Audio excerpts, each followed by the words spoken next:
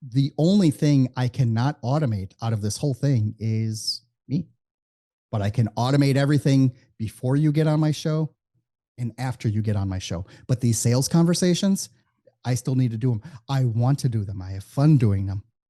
I should be doing them anyways. And even if they don't turn out to be sales, they spread good karma, they pay it forward, and they help me with meeting a lot more people than I could have done otherwise.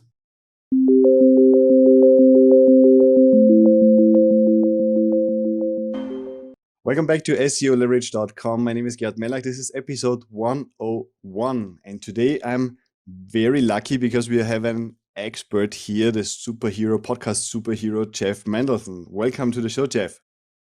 Thank you so much for having me. It's going to be a great episode. I was really looking forward to this. People who know me know I'm very much about podcasting. This is the third podcast I have published. I had great experience with a couple of podcasts I did in Spanish years ago. One in the fitness industry, one in e-commerce. Both got really good connections going, and we are going to talk about this a little bit. I've obviously done some research, and we have been in touch. We had a great conversation over on your podcast, and one big tip as well. I really enjoyed the conversation with you. I could sense that you know your stuff around marketing, and obviously, especially podcasting. It was interesting for me to see how you came from WordPress and Joomla and a little bit of web design to Google Ads to marketing, because this is very much the journey I have gone as well. With my technical background and coming to marketing, I was like, the best website doesn't help if you can't promote it, if you don't get it in front of people, and ending up then, in my case, in SEO. Can you maybe summarize in your words a little bit how you ended up being like a marketing consultant or podcasting expert? Sure. So first of all, thank you so much for having me on the show. What this really came from was me being bored out of my skull in corporate, right? I would go into these jobs and they would never give me more than, I don't know, I would always finish my work by 11:30 in the morning. And I would always be like, okay, now what? Okay, now what? You know, it's like after I dominate everything, it's like they hire me for customer service, hire me for pre-sales engineer, marketing, blah, blah, blah. It would always come down to, okay, now what? And what happened was at some point I started getting this twinge of, I don't want to be building someone else's dream anymore. And I was searching really hard for how I could make something for myself. So basically what I did, so this is going back a little bit, and what everyone else in the state of Florida does is that they go and get a real estate license. So here's a fun fact. 1 out of every 8 citizens in the state of Florida has an active real estate license. Wow, right? I had no idea. Which is, yeah, I mean, only like 2% of those people are actually actively selling real estate, right? But everyone thinks like, oh, I'll just sell real estate and make a lot of money. Yeah, it doesn't work that way, right? So what happened was I decided that I wanted to join into that, and I knew I needed a website. So I spent the first 3 months building a website, but not selling any real estate. And, you know, that's when I realized like, this isn't, selling real estate isn't really my thing, but I built this great website. And that was really my first jump into like, if I did this for myself, I can do this for others. And I got lucky by getting one client who was rocking about 20 different websites for different clients at the time. And I was just like, listen, for $500 a month, I will help you manage them all for one price. And she said, yeah. And it was like, boom, that's it. The Red Sea parted, the clouds, everything became sunnier outside. And I'm like, wow, this is really cool. And that's really how I got started into it. So I started out building websites, but the thing about websites is that they're like one-hit wonders. You get a big check for starting out the website and for completing it, but then it's like, okay, well, you're done. And I didn't like that because you always have to start selling again right after you complete the project. So that's when I started looking for different ways to do more recurring income, like website hosting, providing search engine optimization services, paid ads, things like that. And that's really where it started out from. And I would do this at my desk in corporate because anyone who walked by my desk would just see me furiously typing away on the keyboard. I was winning awards as the most productive employee of the month when they didn't realize I was really just building my own business.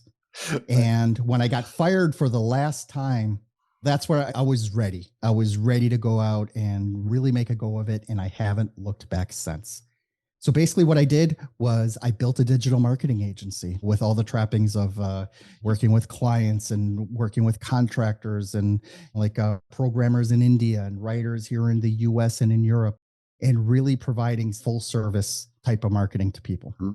Fast forward to about 2019, I started getting really bored with it. I was just like, I don't want to be working on websites anymore. And I was thinking like, how do I get out and start meeting more interesting people? So I figured like, okay, I got to go do this podcast. I got to figure out a way, like a name. And it took me like 2 years just to come up with the whole structure and name and modalities of everything that I wanted to do. And what happened was when I finally landed on this interview style podcast, I was like, okay, that's it. Now I get to meet interesting people. And at first it was like, how am I going to get 4 people a month to talk to me? Well, Mhm. 4 turned to 10, 10 turned to 20, 20 turned to 60. I'm like, wait a second, there are only 52 weeks in a year. Had to increase the cadence. And then more people kept on coming. And the big revelation that I found out of this whole story was that you put this microphone in front of your face and people want to talk to you. They seek you out. Mhm. Right. And it doesn't matter whether you play a doctor on TV or whether you are a doctor or whether you think that you're some marketer that nobody's heard of or you are the ace marketer out there. What happens is that podcasting gives you a platform, podcasting gives you a voice. And if you can get other people to bounce your ideas off of, it just makes the conversation so much richer. And when I started doing this, at first I was like, why am I giving all these other people a platform? I was really kind of in this dark space and I'm like, Mhm. why am I doing this? And 40 episodes later, I realized like I met some really interesting people. I met some really high caliber people that I would not have had access to otherwise. And once I realized that this is the ultimate lead generation tool, that's when it all Right. clicked.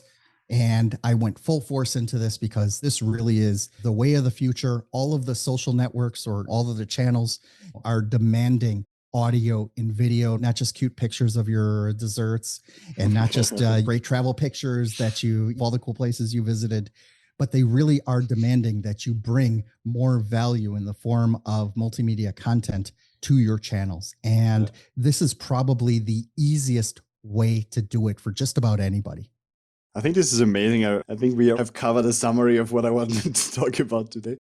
I want to bring you back to this moment when you started, because I know a lot of my clients are definitely either they have a podcast or they are definitely having it in their head of launching one.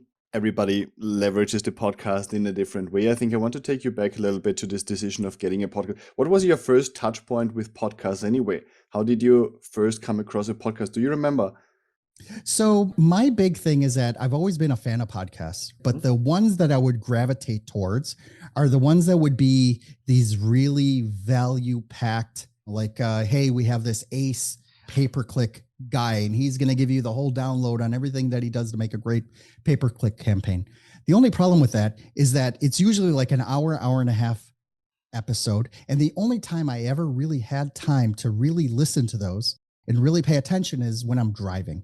And when I'm driving, you're really not supposed to be taking notes, right? Not a good idea.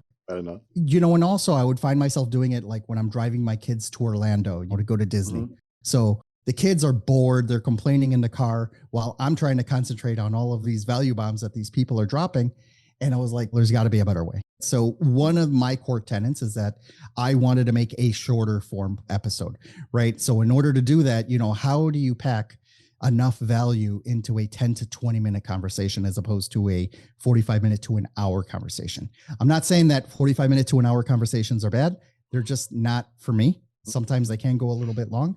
Mhm. What I'm trying to do is really bring in something so that one person can listen to one episode and go, Yeah. that's it. And That's what I got. Just one takeaway, right? So you get one Just takeaway. one takeaway. I just heard someone, I think it was Dan Martell, talking in a presentation about him buying a lot of courses.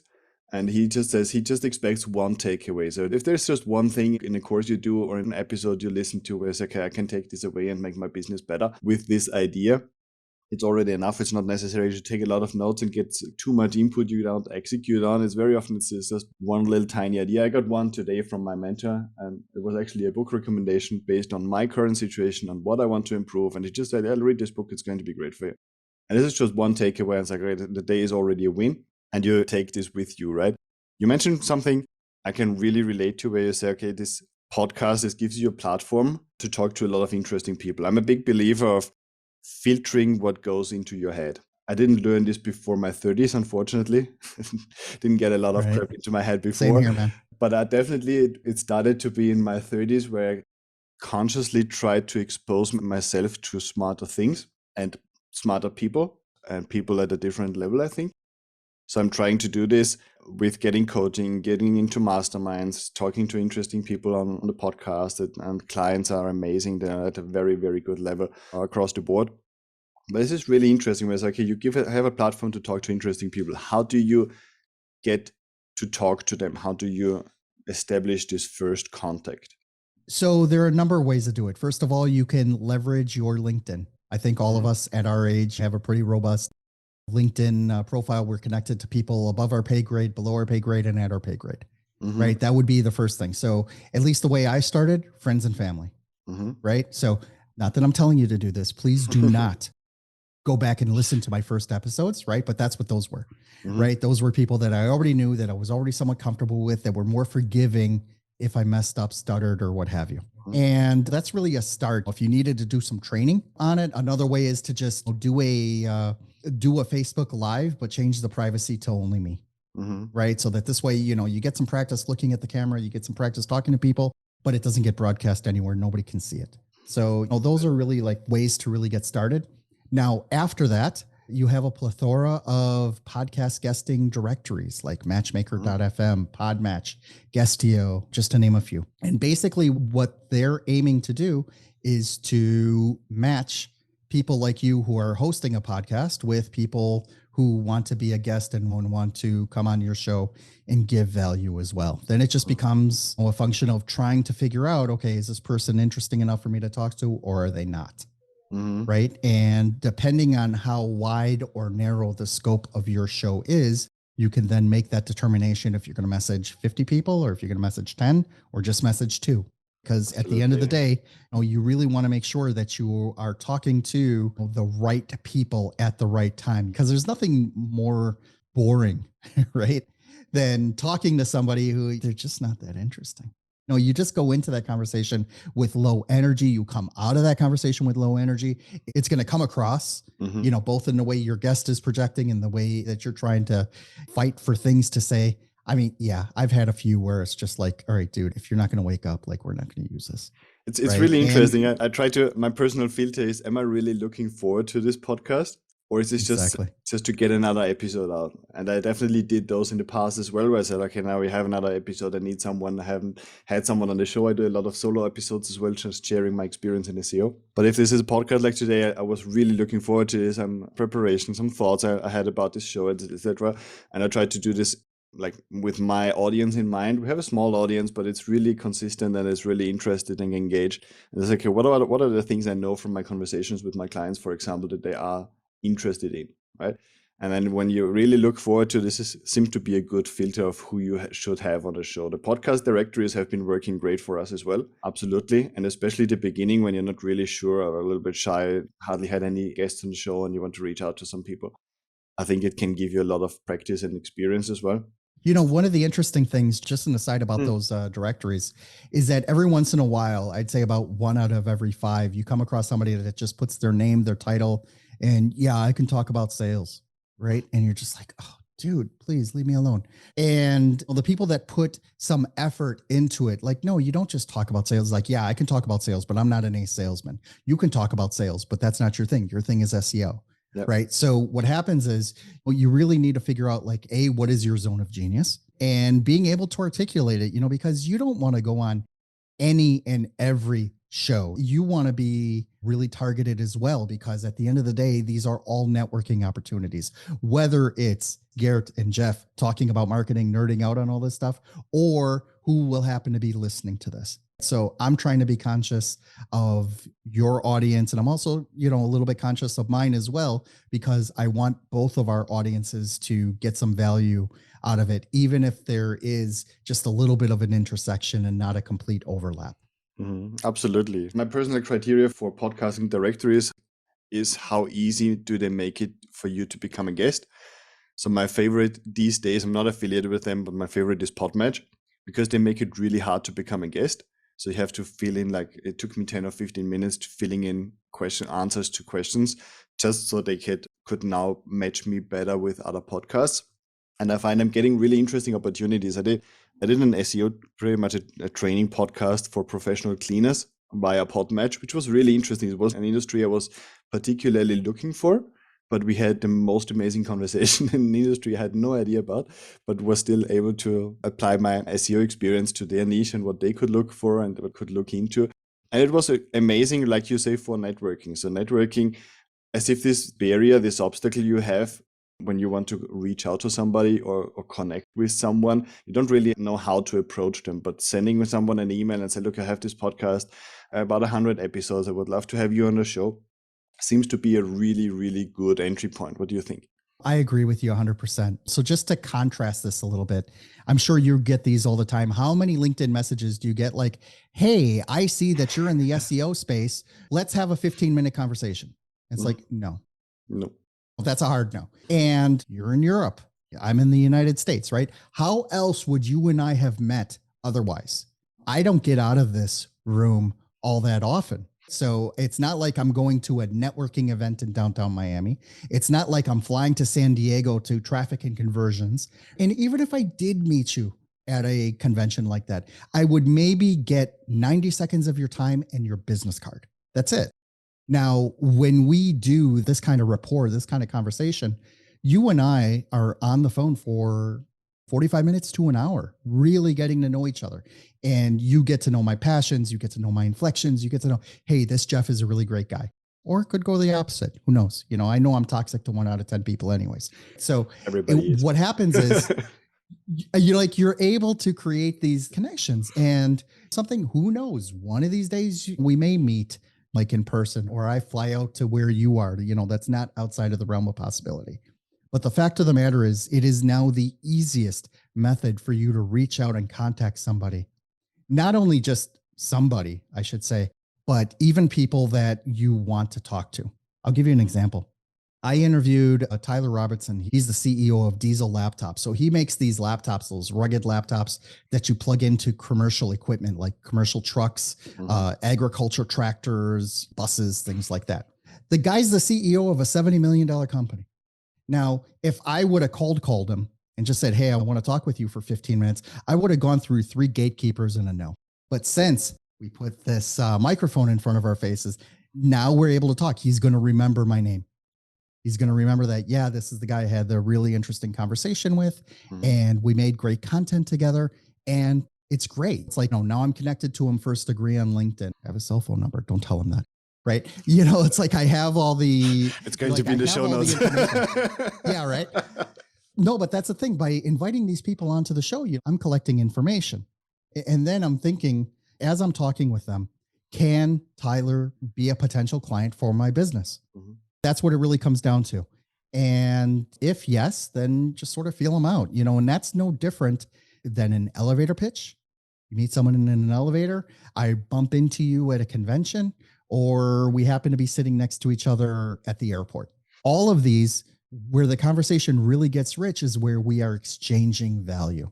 And the way I illustrate it is that the worst case scenario of what you and I are doing right now is that we are creating great content, right? Think about it. That's the worst case. Oh, you're taking this, you're going to do show notes, you're going to do a transcription, you're going to make social media assets, all that neat stuff, right? This stuff turns you into a content creating monster. And the best case is you and I work together for clients back and forth. I become a client of yours, you become a client of mine, however that works. But the fact of the matter is, now this is not a warm conversation. This is a scalding hot conversation, because now you know really what Jeff is all about, and I know what Gert is all about. And now I can make a determination. If I have somebody who needs SEO, I don't deal with that anymore. Now I have someone that I can really pass this on to. Right. And it's something interesting came up with this. And for me, this is one-to-one conversations, right? And it's something funny, right? When I started out as a freelancer, one of the first tools I had was a broadcasting software.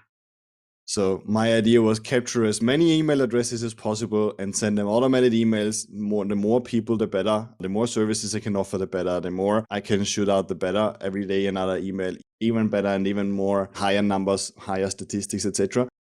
The bigger we got, and we're now a team of 30 people, the more we're doing one-on-one conversations.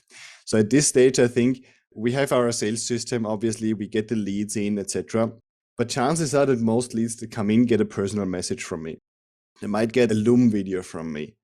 People who just randomly download my book get a personalized message, because we have just found that these one-on-one conversations are so valuable. And if this is just email back and forth 3-4 times, I had an email back and forth with someone with an e-commerce store the other day, and we was just giving them some tips, and he was sharing some insights on what he's doing.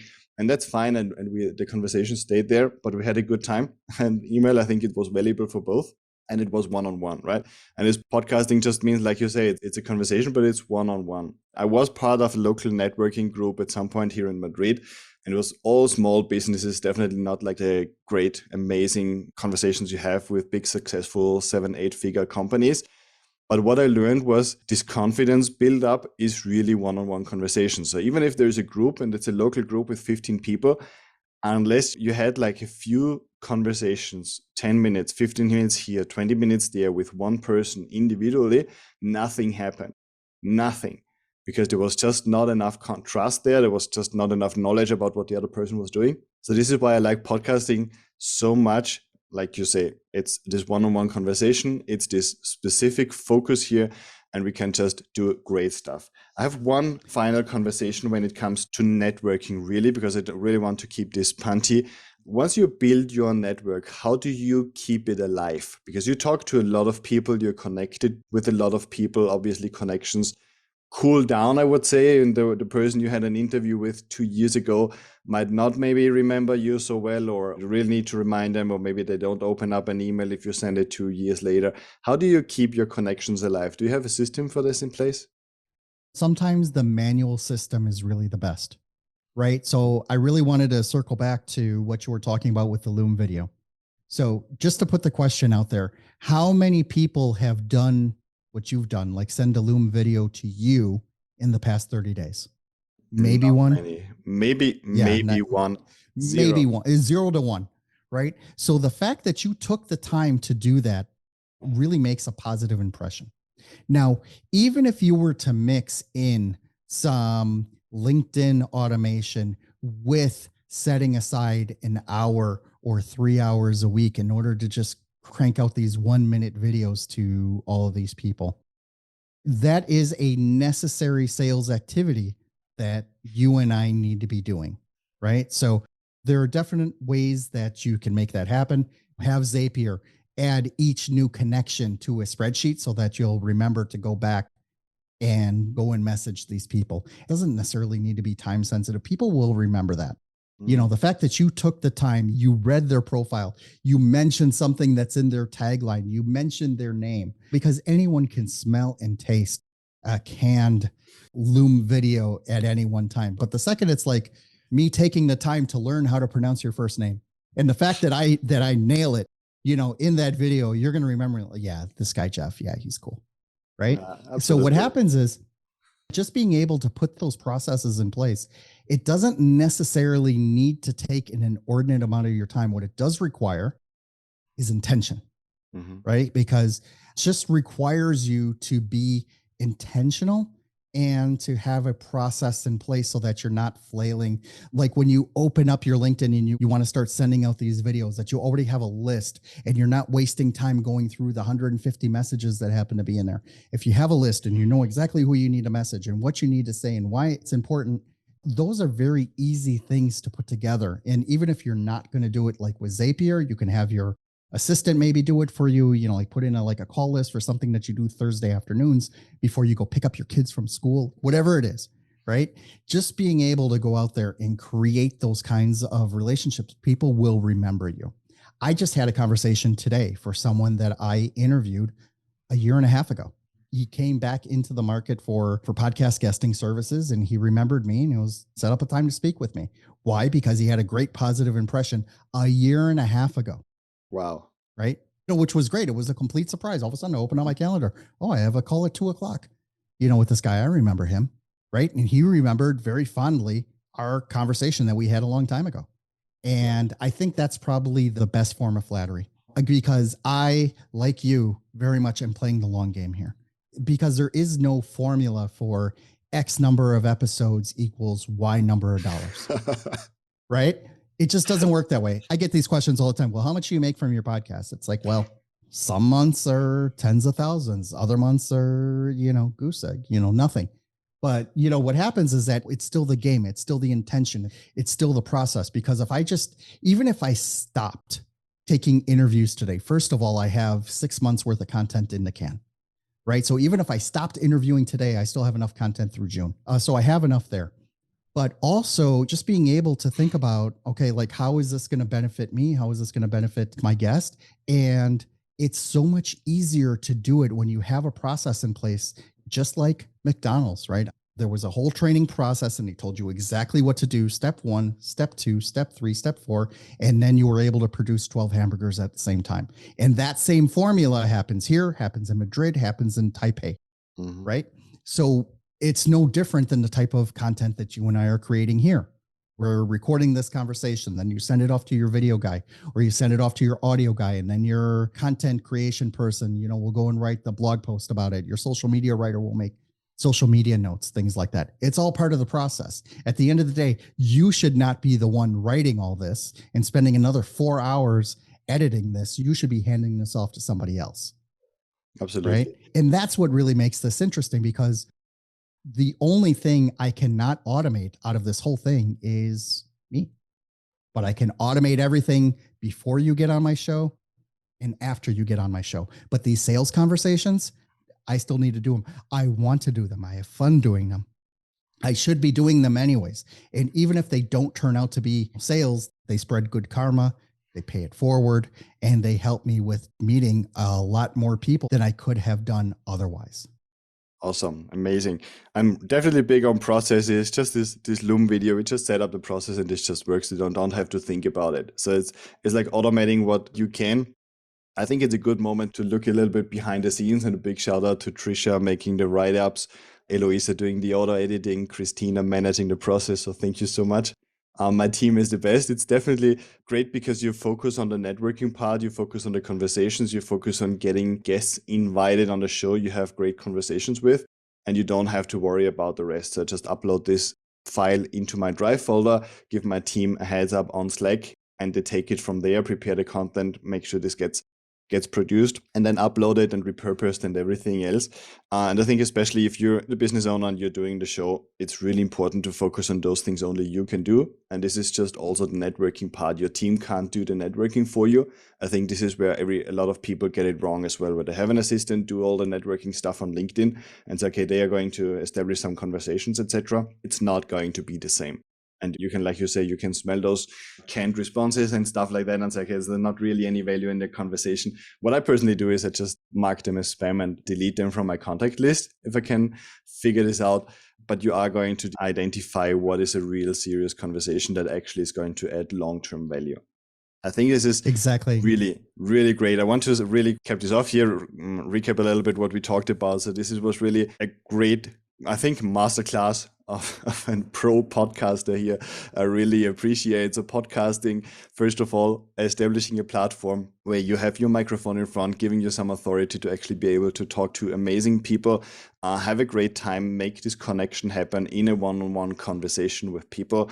People are going to remember you if you put enough value into such a conversation. You can get those conversations going, obviously with friends and family if you want.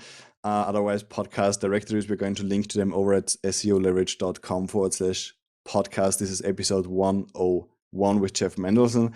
And we are going to make sure that you have all the information there.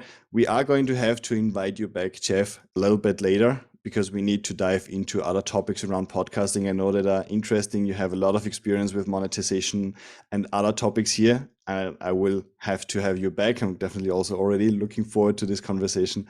There a way for people who reach out to you to get your help, get in touch with you, get in touch with your team, get maybe some coaching? What would be the best way?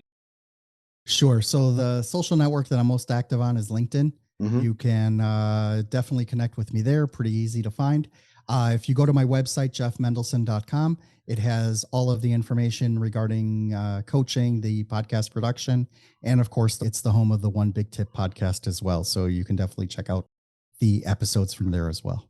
This is amazing. Thank you so much, Jeff, for taking the time. It was great chat. Thank you for having me, man. This has been a lot of fun. Looking forward to the next one. Thank you.